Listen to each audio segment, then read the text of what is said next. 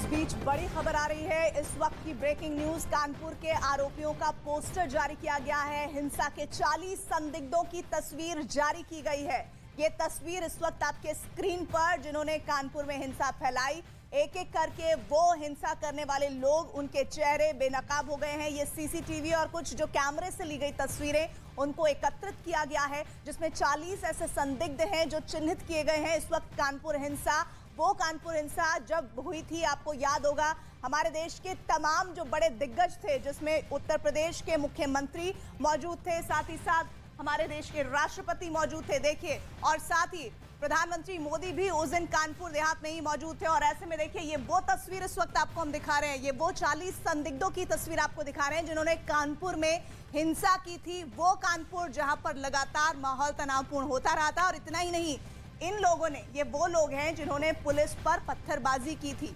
शुरुआत में जिस तरह से दुकानों को बंद कराने का पूरा मामला सामने आ रहा था और किस तरह से ये बंद पहले से कॉल ऑफ किया गया था, लेकिन बाद में अचानक किस तरह से उत्पात इन लोगों ने बढ़ाया। इसमें देखिए, एक एक करके 1 2 3 4 5 ये पूरी की 40 लोगों की फहरिस्त है जिन्होंने इस धमकी को अंजाम दिया, इस हिंसा को अंजाम दिया, कानपुर में माहौल बिगाड़ने की कोशिश की। ये तस्वीरें इस वक्त हम आपको दिखा रहे हैं कानपुर की, जहां पर 40 संदिग्धों की तस्वीरें जारी की गई हैं। और ये 40 की 40 तस्वीरें इस वक्त आपके सामने हैं। और ये बात जान लीजिए कि इनमें से 40, ये जो तमाम लोग हैं, एक भी बख्शा नहीं जाएगा। हमारे साथ हमारे सहयोगी अमित जुड़ रहे हैं इस खबर पर। अमित, ये 40 लोग कहाँ के रहने वाले हैं, क्या कानपुर के लोकल है और क्या डिटेल्स है? देखिए, 40 लोगों का पोस्टर है जिसको रिलीज किया है कानपुर पुलिस ने, कानपुर प्रशासन ने। और ये जो पोस्टर आप देखेंगे, जो 40 आरोपियों का है, वो सभी पोस्टर 1 2 3 4 5, अब जिस पोस्टर पर भी अपना नजर डालेंगी वो सभी एक्शन में ही दिखेंगे। यानी 3 जून के दौरान जो सीसीटीवी कैमरे लगे हुए थे, उन्हीं सीसीटीवी कैमरे ने इन 40 लोगों के फोटो जो ग्राफ किए हैं वहीं से ये निकाले गए हैं। तो सभी लोगों को देखेंगे कि एक्शन में, कि कोई पत्थरबाजी कर रहा है तो कोई कुछ और ही कर रहा है, तो ये सभी लोग एक्शन में। तो फिलहाल इनकी सूचना पुलिस को चाहिए। पुलिस ने इस वजह से एक मोबाइल नंबर भी दिया है।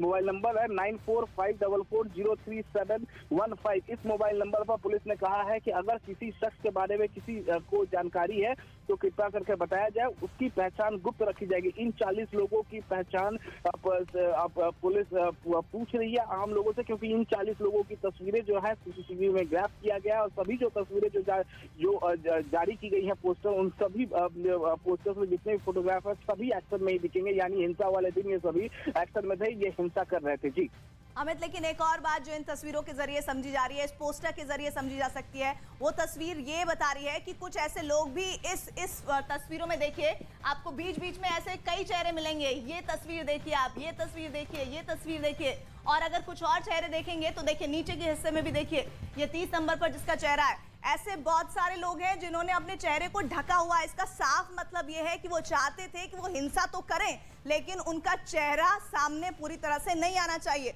और ऐसे में ऐसे लोगों को तो जल्द से जल्द सलाखों के पीछे इसलिए होना चाहिए क्योंकि इन्होंने कानपुर का माहौल खराब किया। अमित,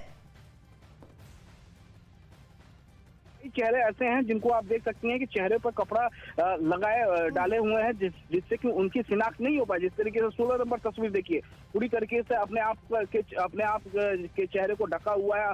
32 नंबर तस्वीर देखिए, 32 नंबर जो आरोपी है वो भी अपना चेहरा ढका हुआ है। तो ये लोग नहीं चाहते थे कि उनका जो फेस है वो सार्वजनिक हो। तो जाहिर तौर पर जो हमने अपने दर्शकों को बीते कल बताया था कि कई व्हाट्सएप ग्रुप बनाए गए थे, और उन व्हाट्सएप ग्रुप के जो कश्मीर में पत्थरबाजी हुई थी, उस पत्थरबाजी के वीडियो उन ग्रुपों में डाले गए थे ताकि जो लोग हैं वो देखें और उससे सीखें। इसी वजह कश्मीर में जो स्टाइल थी पत्थरबाजी करने का, वहां पर लोग नकाब से, रुमाल से, कपड़े से अपने चेहरे को ढक लेते हैं। और ठीक उसी स्टाइल को कानपुर में भी कई आरोपियों ने दोहराया है। और कई आरोपी जो हैं वो उन्होंने अपने चेहरे को ढक लिया था ताकि उनकी पहचान हो ना पाए। जी अमित, लेकिन साथ ही एक बार फिर से मैं ये वॉल के जरिए तस्वीरें दिखाना चाहती हूँ। देखिए, आप ये सिलसिलेवार तरीके से अगर ये पोस्टर देख रहे होंगे इस वक्त, तो इसमें एक बात जो साफ समझी जा सकती है, वो इसमें जितने भी हिंसा या उत्पात करने वाले लोग हैं, उनकी उम्र 30 से करीब 40 के बीच में नजर आ रही है। इन तस्वीरों को अगर आप गौर से देखिएगा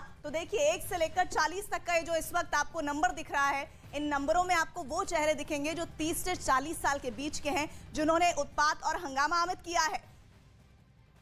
जी हाँ, बिल्कुल। जो जिन्होंने हंगामा किया, जिन्होंने हिंसा की है, अगर उनकी तस्वीरें अगर देखें, और खासतौर से बीते कल जो हमने दर्शकों को एक वीडियो दिखाया था, हालांकि हम उसकी पुष्टि नहीं करते, एक्सपर्ट ने यहाँ पे वीडियो लिया था, उस वीडियो को देखे तो जो जुलूस निकाला गया था वो जुलूस सीधे परेड चौराहे की तरफ जा रहा था, लेकिन उनमें उस जुलूस में से कुछ लोग दूसरी तरफ आते हैं हाथे की तरफ, और हाथे की तरफ आकर वो तोड़फोड़ शुरू कर देते हैं। तो जाहिर तौर पर उसमें से कुछ ही लोग थे, और जितने लोग दूसरी तरफ आकर तोड़फोड़ शुरू करते हैं, उस वीडियो को देखें तो उसमें साफ दिखता है कि जो तोड़फोड़ कर रहे हैं वो यूथ है, युवा है, 20 साल, 22 साल, 25 साल, 30 साल, इससे ज्यादा के उम्र के लोग नहीं थे। तो जो कानपुर पुलिस के सूत्र बताते हैं कि एक बड़ी साजिश रची गई थी, और उसमें केवल कानपुर ही नहीं, कई अन्य शहरों में भी इस तरीके से बड़े हिंसा हो सकता था। 6 मोबाइल फोन बरामद हुए हैं, जिसमें हजारों मैसेजेस किए गए थे पूरे प्रदेश में, सूत्र ये बताते हैं। तो जाहिर तौर पे एक बड़ी प्लानिंग की गई थी, और इस प्लानिंग को कानपुर पुलिस ने जैसे ही हिंसा हुआ उसको तत्काल प्रभाव से पुलिस स्पॉट पर पहुंची, और स्पॉट पर पहुंचने के बाद उस हिंसा को बने रहिएगा। देखिए, इस वक्त मैं 2 तस्वीरें स्क्रीन पर अपने व्यूअर्स को दिखा रही हूँ। उस दिन जब जुमे का दिन था, लोग नमाज पढ़ के निकले थे या फिर पढ़ने की तैयारी कर रहे थे, उस दरमियान किस तरह का उत्पात मचा, वो तस्वीरें। सड़कों पर आपको पत्थरबाजी करते हुए लोग नजर आ जाएंगे, सड़कों पर पत्थर गिरे हुए नजर आ जाएंगे, पुलिस पर ये बेतहाशा पथराव की तस्वीरें, और साथ ही आपको वो 40 लोगों की तस्वीरें हम दिखा रहे हैं जिन्होंने हिंसा की है। ये पुलिस ने संदिग्धों की तस्वीरें जारी की हैं जो प्रूफ के साथ है। देखिए, उनके एक्शन के तौर तरीके सीसीटीवी के आधार पर ये तस्वीरें निकाली गई हैं। और एक बार फिर से मैं इस वॉल के जरिए आपको इन तस्वीरों को समझाना चाहती हूँ कि कितनी गंभीर, कितनी महत्वपूर्ण है ये तस्वीर। वो इस लिहाज से आप समझिए कि इसमें एक एक कर आपको 40 ऐसे चेहरे मिल जाएंगे, वो 40 चेहरे जिन्होंने हिंसा की है कानपुर में।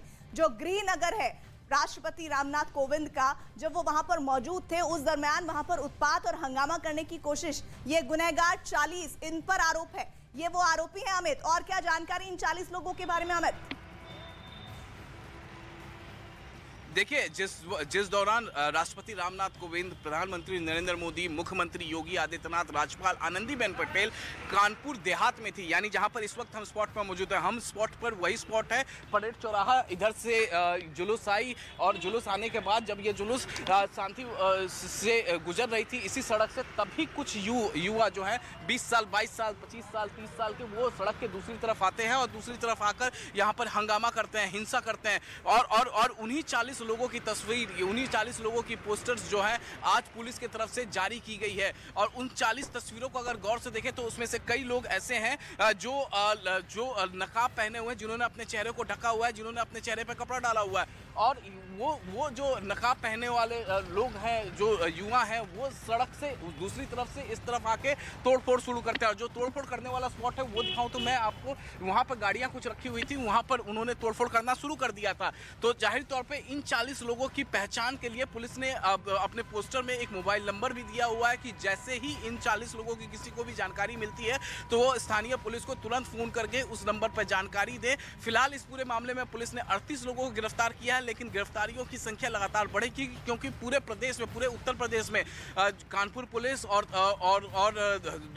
दूसरे राज्यों के पुलिस भी लगातार रेड करे। जो भी जानकारी मिल रही है उन जानकारी को एक दूसरे से साझा किया जा रहा है। इसके अलावा 3 तारीख को, यानी 3 तारीख को जब यहाँ पर जुलूस निकाला था, जब यहाँ पर हिंसा हुई थी, जब यहाँ पर तोड़फोड़ हुई थी, उससे ठीक 2 दिन पहले एक होटल में एक मीटिंग की गई थी, जिसमें मुख्य आरोपी जो हयात थे और भी कई थे, जहाँ पर पूरी प्लानिंग की गई थी, भड़काऊ बयान दिए गए थे। तो जाहिर तौर पर पुलिस अब इस पूरे मामले में इन्वेस्टिगेशन कर रही है, और इन्वेस्टिगेशन के बाद अभी 38 लोगों की गिरफ्तारी हुई है। प्रीति, 38 लोगों से ये गिरफ्तारियों का आंकड़ा कुछ अभी और आगे बढ़ेगा, और भी कई लोग हैं जो अभी पुलिस के निशाने पे हैं, लेकिन वो फिलहाल अभी छिपे हुए हैं, उनकी वजह से पुलिस जानकारी दी, उससे जुड़ा हुआ मैं इन तस्वीरों से जोड़कर एक और सवाल आपसे पूछना चाहती हूँ। वो ये कि आपने कहा कि 38 लोगों को पहले ही गिरफ्तार किया गया है, लेकिन क्या ये वो 40 चेहरे, उनमें से वो 38 लोग हैं जो वाकई में हिंसा के पीछे की साजिशकर्ताओं में शामिल थे? क्या उनमें से कोई ऐसे चेहरे हैं जो 38 पहले गिरफ्तार हुए हैं?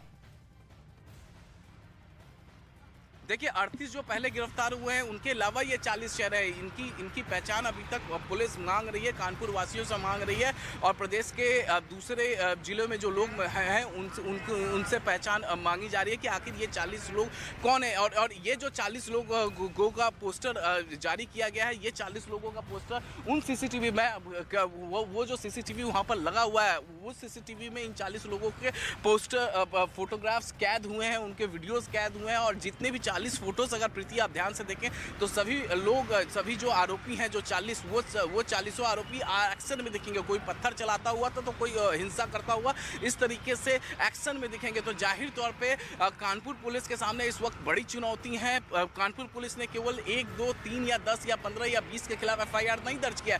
कानपुर पुलिस ने अज्ञात हजारों के खिलाफ FIR दर्ज किया, क्योंकि जो वीडियोस अगर देखेंगे कि जो सोशल मीडिया पर वायरल है, इसके अलावा कई यहाँ पर स्थानीय लोग जो यहाँ पर ऊपर की तरफ जो लोग रहते हैं इन्होंने अपने मोबाइल पर वीडियो बनाया था। तो हजारों की तादाद में जो भीड़ थी वो परेड चौराहे की तरफ से सद्भावना चौकी की तरफ से इस सड़क पे पहुंची थी। उनमें से कुछ लोग जो हैं सड़क के दूसरे तरफ आ गए और उसके बाद उन्होंने हिंसा शुरू कर दी। गाड़ी जो यहाँ पर इस सड़क पर रखी गई थी उसमें तोड़फोड़ की और तोड़फोड़ करने के बाद उसके बाद मैं आपको रोक रही हूँ। देखिए इन तस्वीरों से जुड़ी हुई 2-3 बातें जो बेहद महत्वपूर्ण है वो हमारे दर्शकों को जानना जरूरी है।